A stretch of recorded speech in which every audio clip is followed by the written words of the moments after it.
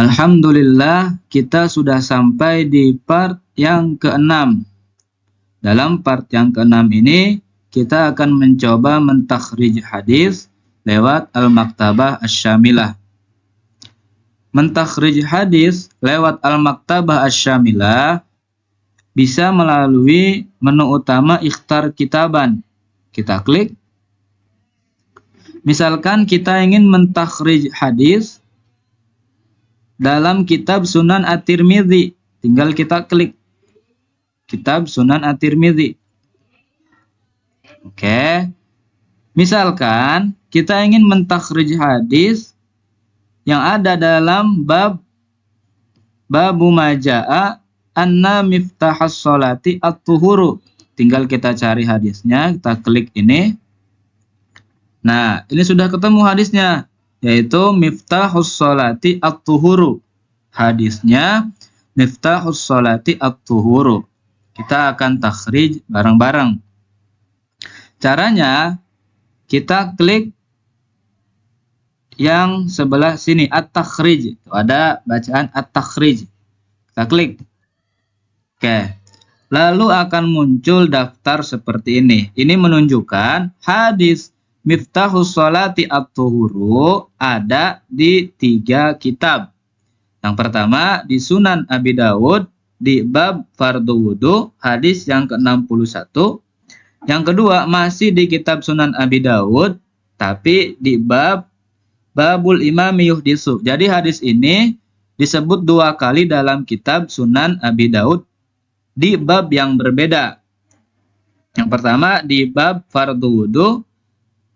Yang kedua di Babul Imami Yuhdisu, nomor hadis ke-618. Dan hadis ini terdapat juga, dikeluarkan juga dalam kitab Sunan At-Tirmidzi. Oke, jadi kesimpulannya hadis ini dikeluarkan oleh 2 kitab. Yang pertama Sunan Abi Dawud, yang kedua Sunan At-Tirmidzi. Di Sunan Abi Dawud hadis ini disebut 2 kali. Di bab yang berbeda. Yang pertama di Babu Fardil Wudu hadis ke-61. Yang kedua di Babul Imami Yuhdisu hadis ke-618. Yang ketiga hadis ini dikeluarkan dalam kitab Sunan At-Tirmidzi nomor hadis yang ketiga. Oke. Sekarang kita lanjut ke perawinya. Kita klik yang gambar seperti gambar orang atau rojim.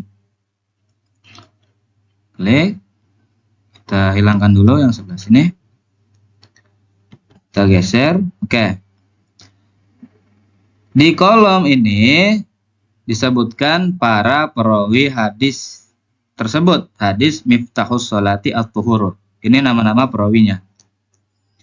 Dan di kolom sebelahnya lagi, ini merupakan kesimpulan biografi dari setiap perawi. Misalkan di sini kan kita ketik Qutaibah bin Sa'id, maka di sini akan muncul biografi Qutaibah bin Sa'id. Misalkan kita klik Hannad bin Sirri, maka di sini akan muncul kesimpulan biografi Hannad bin Sirri dan seterusnya. Misalkan kita di Qutaibah bin Sa'id, contoh misalkan di Qutaibah bin Sa'id. Al-Mulakhas, kesimpulan biografi Qutaibah bin Sa'id. Ini kesimpulannya. Lalu kita klik Al-Jarhu wa Ta'dil, penilaian para ulama tentang Qutaibah bin Sa'id. Tuh, di sini ada Abu Hatim Ar-Razi, penilaian menurut Abu Hatim Ar-Razi tentang beliau. Penilaian Ahmad bin Hambal tentang Qutaibah bin Sa'id tentang beliau. Dan seterusnya. Maaf. Rawa anhu ini menjelaskan tentang Qutaibah bin Sa'id ini berguru kepada siapa saja. Nah, ini orang-orangnya. Al-Lais bin Sa'ad, Malik bin Anas. Ini guru-guru Qutaibah bin Sa'id. Guru hadis beliau. Dan Qutaibah bin Sa'id mendapatkan hadis dari guru-gurunya sebanyak berapa? Nah, ini bilangannya. Qutaibah bin Sa'id mendapatkan riwayat hadis dari Lais bin Sa'ad sebanyak 632 hadis. Qutaibah bin Sa'id mendapatkan riwayat hadis dari Imam Malik sebanyak 281 dan seterusnya.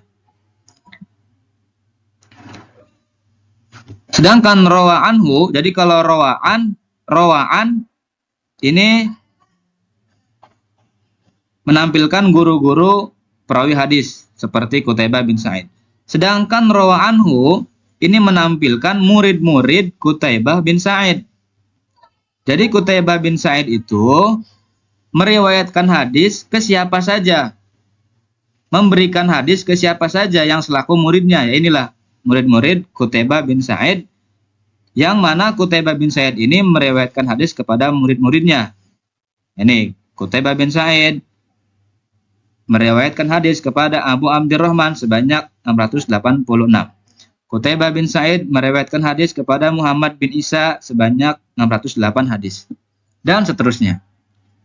Sedangkan al-marwiyat ini menunjukkan berapa hadis yang diriwayatkan oleh Qutaibah bin Sa'id. Qutaibah bin Sa'id meriwayatkan hadis sebanyak 618 dalam kitab Sunan An-Nasa'i. Qutaibah bin Sa'id meriwayatkan hadis sebanyak 610 dalam Sunan At-Tirmidzi dan seterusnya. Adapun ini letak-letak hadis yang dalam sanadnya ada Qutaibah bin Sa'id. Di hadis idza staiqadha ahadukum min naumihi dan seterusnya, yang mana dalam sanad hadis ini ada Qutaibah bin Sa'id. Jadi di kolom ini menjelaskan tentang hadis-hadis yang di sanadnya terdapat Qutaibah bin Sa'id. Seperti itu. Dan silahkan terapkan kepada perawi-perawi yang lain seperti Hannad As-Sirri dan sama seperti tadi cara-caranya. Oke, kita lanjut ke sebelah sini, yaitu jalur periwayatan hadis, turukul hadis. Ketika kita klik ini, maka akan tampil jalan jalur periwayatan hadis. Jadi hadis tersebut diterima oleh siapa yang pertama? Yaitu oleh Ali bin Abi Thalib. Nabi kepada Ali bin Abi Thalib. Ali bin Abi Thalib kepada putranya Muhammad bin Ali bin Abi Thalib atau Muhammad bin Al-Hanafiyah. Dari Muhammad bin Ali bin Abi Thalib kepada siapa hadis tersebut diriwayatkan? Kepada Abdullah bin Muhammad bin Aqil bin Abi Thalib. Dari Abdullah kepada siapa? Kepada Sufyan bin Sa'id bin Masruq. Dari Sufyan bin Sa'id bin Masruq kepada siapa? Dari Waqi' bin Al-Jarrah. Dari Waqi' kepada siapa? Kepada Abdurrahman bin Mahdi bin Hisan bin Abdurrahman. Dan seterusnya. Nah, itulah tata cara mentakhrij hadis lewat Al-Maktabah Syamilah. Sekian, wassalamualaikum warahmatullahi wabarakatuh.